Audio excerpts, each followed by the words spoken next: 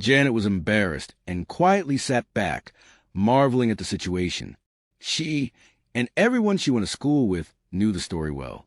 Donald Trump had obtained the presidency through the now-defunct Electoral College. His victory had been secured with the help of corrupt businessmen and foreign leaders.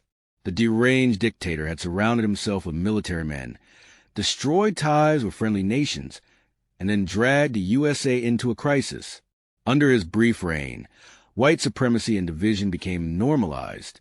But his big sin, in Janet's eyes, was his lack of foresight, clinging to the past and old technologies.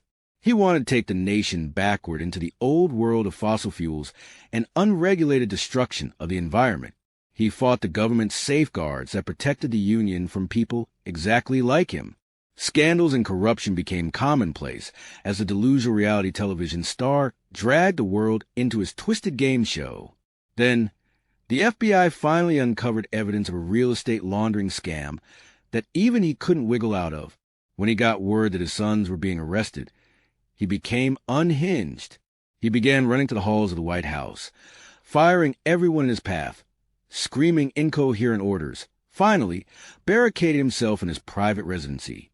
His staff members pulled out phones and watched his manic messages. He was calling for his cult followers to start a civil war, falsely stating that he was being held hostage in the White House. His rants continued by stating the names of the head of the FBI and others that he wanted assassinated. The newly fired staff looked on in horror, not knowing what to do. Finally, the tweeting stopped in mid-sentence. Security was already banging on his locked door.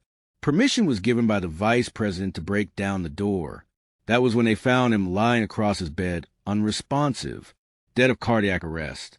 So, in the end, the warmongering Narcissus blew up his own heart.